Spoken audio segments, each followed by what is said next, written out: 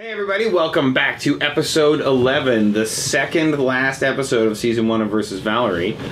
Here in the room, in my living room, is Stephanie Kaliner. Hi guys. Simon Fraser. Aloha. And Galen Drennan. Hey! Hey, this is your first commentary track. How are It is. I just got here actually, and I'm enjoying a nice pop from the fridge. Oh, what did you get? Just got a Coke. Oh. I picked up a vanilla Coke originally, and then I saw it was vanilla Coke, and then I put it back. Who drinks vanilla Coke? Wow, apparently no one. Glad I went to the specialty cola store, everyone. Thanks, Mike. Okay, this is Reality versus Valerie. Let's do it. Ooh.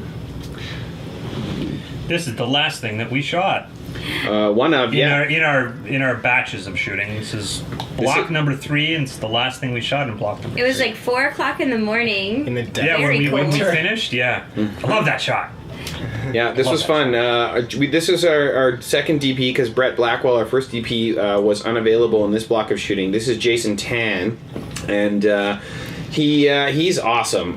This is a nighttime shot. We had very little lighting. This visual effect was done by Davin Langell. Looks great. Mm-hmm. And he really made this forest look spooky and like a movie forest with a smoke machine and 3 HMIs. Wow. Yeah, pretty solid. We had a very skills. tired crew. Who was it who ended up making the run to go and get Tim Hortons chili for everyone? What? Yeah, I think it was. That? I think it might have been Danny Menlo, but somebody went and everybody was so happy to have something warm and hearty. Well, because it's like, 25 below in there? Oh yeah, somewhere in there, like 15, somewhere in there. Yeah. And there was a tent. Wasn't there a tent with a heater in it that wasn't fully working? Or Yeah, and it was too Oh, windy. geez. It kept blowing open and over. So this Dementor was done by Xerxes Cortez, and the funny part is we shot the Dementor twice differently before moving to a 3D Dementor because 3D, no, CG. Well, 3D CG, both of them. How is that 3D? It's like a marriage. It's 3D. I'll let you You're finish just your not- story. You're not wearing the glasses.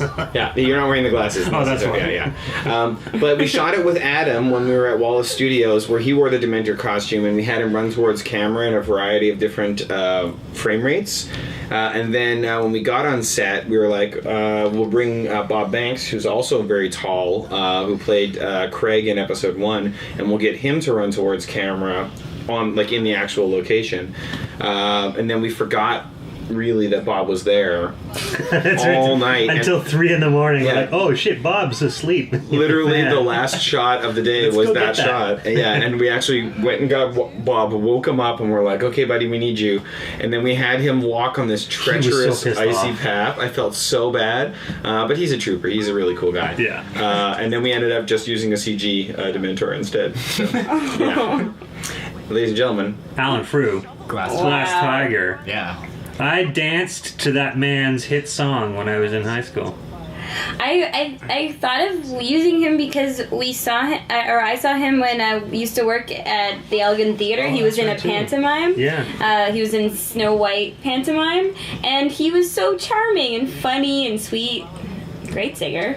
yeah. Yes. Silver Fox. Silver Fox. Yeah, and Shelly was like, she grew up as well listening to his music, and she's from Texas, so like she was like, Alan Frew, because to her, of course, he was exotic because he was Canadian And also Scottish. and Scottish as well. Yeah, so like it was just a fun day to have him on set. And there's so many extras in this scene. This was awesome. We had our Chilean boy band friends. Friends, yeah. And That's Jen in the Steve background Patrick there, too. Adams, Yeah. I see in the background. Oh yeah, there's a lot of people. And this is Fiona. She came in to do this part. We actually had Val's dress made for her as well. Yeah, the designer of the dress, Sarah Duke, she made a little miniature version just for us for the scene. Yeah. But we used the close-up instead of the long shot, so you can't really tell. Money You well can just see spent. on the shoulder. But Fiona got to keep the dress. That's true. That's awesome. Yeah. She's great. Yeah, she was. And that's Jenna Warner right between Mark and Hannah there in the background. Cleaning a glass. Yeah, Putting it down. she's one of the bartenders at the Comedy Bar, and she also does the voice for Kat in our musical episode. And, putting her behind the bar was just my little tip of the hat to, like, this is how I see you almost every day. Yeah. And then this was a This really was just you and them, tough Mike. scene. Me and them and Alex, our in the sound guy, trunk? was in the trunk Right. during the shot. Yeah. Oh my god. Isn't this is a real cab, right? Oh yeah, that's Yeah, a real yeah. taxi, a real driver. Actually, we used the same driver for all of our taxi stuff.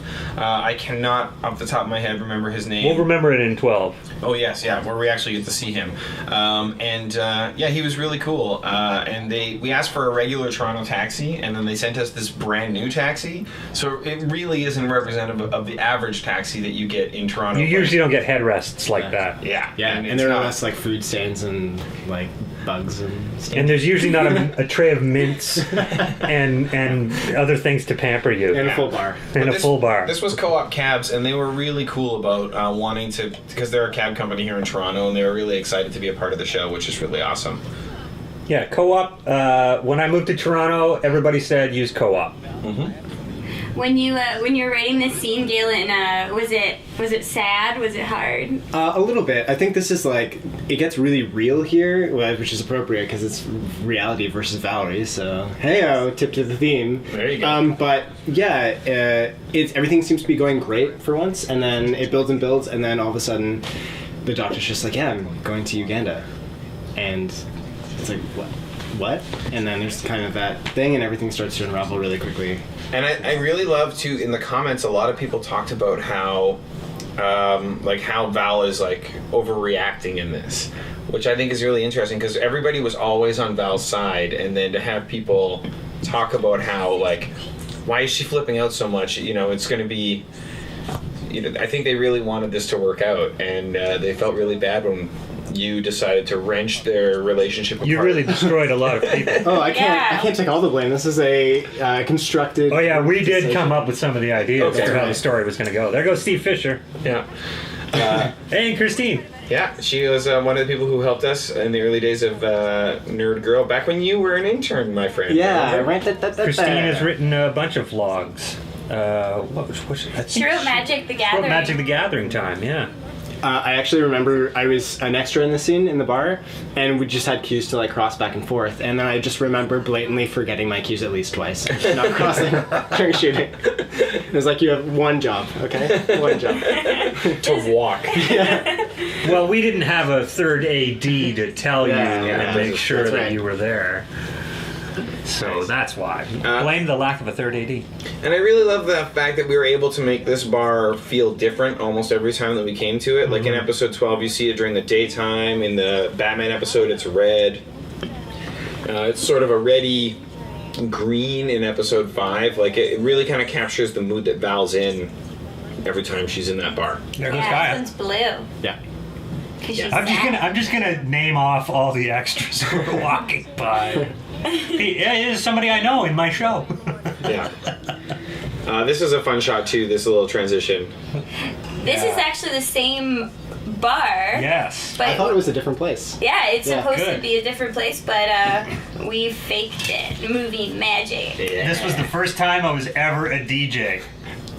Oh, and that's Darren McIntyre, who is awesome. He's one of the Sketchersons here in Toronto, and he's the one who plays our guy at bar. And it was really fun for him to be like, "Hey, Darren, can you dance sweaty and drunk with Hannah?" And he's like, "Sure, no problem." It looks like he's having a great time, to say the least. Yeah, and then we have the little intercuts of Mark.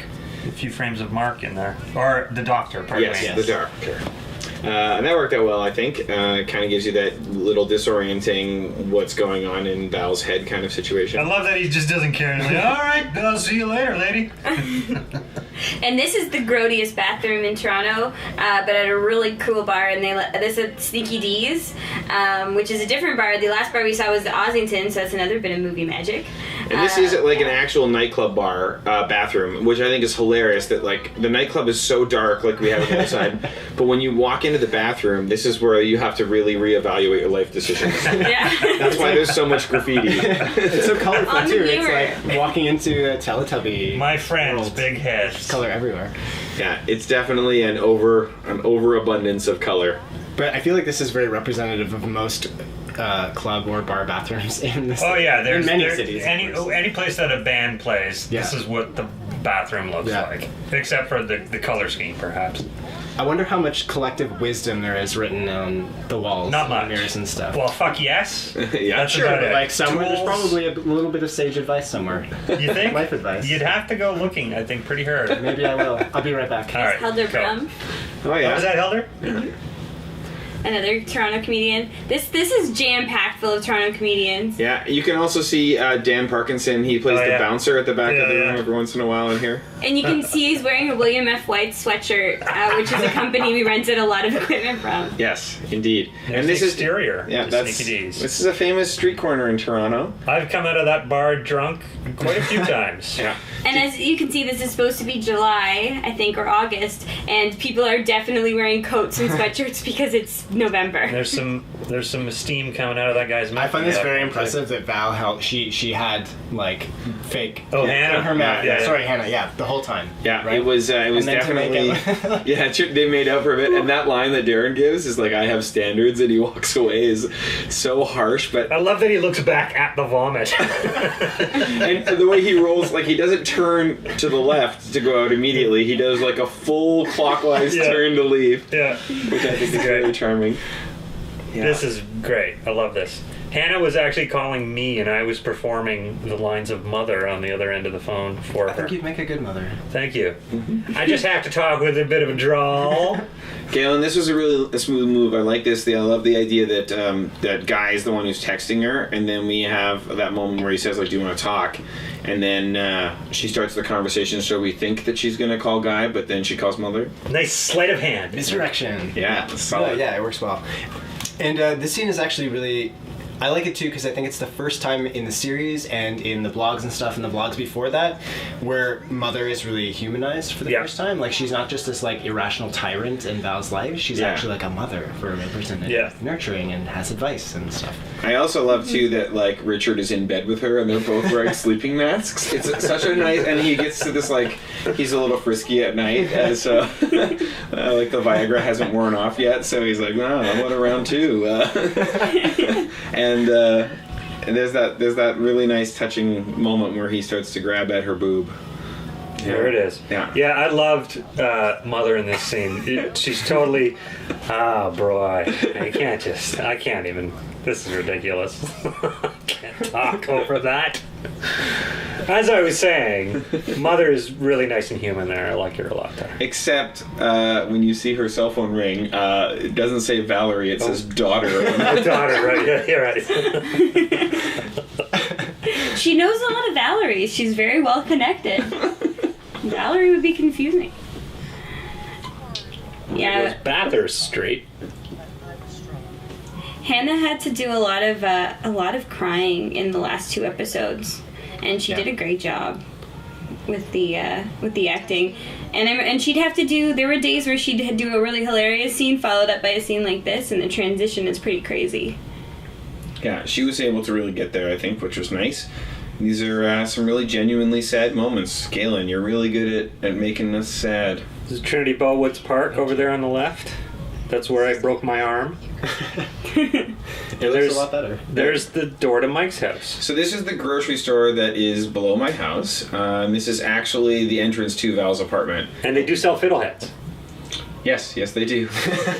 That was definitely shot in the spring. And Now, this is what you were talking about. Right? Yeah. This is February when this was shot, I think. Yeah. And she was having water poured on her outside. I was the one doing the pouring. Yeah, and we actually we talked about whether or not we could use warm water. Yeah. And then we went outside and poured a little bit It was off. too much steam. Yeah, so we actually had to use like cool water. water. Yeah.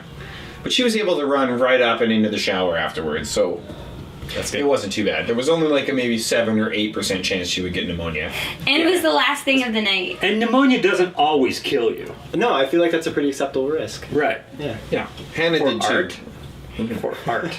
And there's Galen on the screen right That's now. you actually me. there, but your hair's shorter now. It's much shorter. Yeah. What did you think of that older haircut? I You've also think- shaved your sideburns a little bit too. maybe I just shaved. I actually had like They're quite about beard. a quarter of an inch shorter on the burns. You have Look at your eye for detail. Yeah, man. You're in the right industry. So, Yes. so how do you feel? Is this your new fall professional Galen look now? That we're looking at? Yeah, I feel like the long hair got a bit unmanageable, to be honest. Okay, fair enough. The V-neck shows off a little bit of the chest hair. Yeah, because it makes me look like I'm not 14, which is great. Oh, is that what you Because did I'm that not for? 14. Right. Yeah. Yeah. You almost have the same 15. hair as our camera assist, Peter Hatch. Remember Peter? He had we the- talked about it. Yeah, the same hair as You him. will see Peter, or you have seen Peter in episode 4. Oh yeah, that's right. He's He one walks of the by in the pedestrians. window. Yeah. Nice. Yeah, good times. So after viewing Galen here, go back, watch episode 4, the dude walking down the sidewalk, and compare the hairs. Yeah. Compare the hair. Yeah, Compare the hair. and leave a comment. Compare the lids. And leave a comment. Nice. Galen is also the editor of sexynerdgirl.com, which is Val's in-world, website, where she talks about all things nerdy with a variety of writers who contribute, such as ourselves. And you can find out about that. Yeah. SexyNerdGirl.com. Yeah, it's great. There's like movie news, TV reviews, book reviews, news, cool videos running around the internet, that sort Are of thing. there rants or raves, Galen? There are a few. There are a few. Oh, I should But- write a rant. Yeah, actually, you wrote a good one about Pacific Rim, I think. Oh, yes, earlier I this summer. did. I did. Yeah, it was good, but it was very honest. problem with Pacific Rim? Oh, I had lots of problems with Pacific Rim. Really? Yeah. Yeah, you should. You know what you should do if you want to learn more about it. You should go to the Read article. SexyNerdGirl.com. Yeah. I also get into Kick-Ass 2 quite a bit as well. I That's got a true. little carried away, but I feel good about it. Can I actually say I hadn't actually seen it, but I had to review that thing, so I got it spoiled for me. You're welcome, sir. Nice. Oh. You know what's coming up? This means that episode 12 is coming right up. The famous plant car scene. Oh. And here's our cab driver, whom we will name in the next episode. After we check the credits. See you at episode 12, everybody. See you in a bit. Guys, thanks, Galen. Thank you.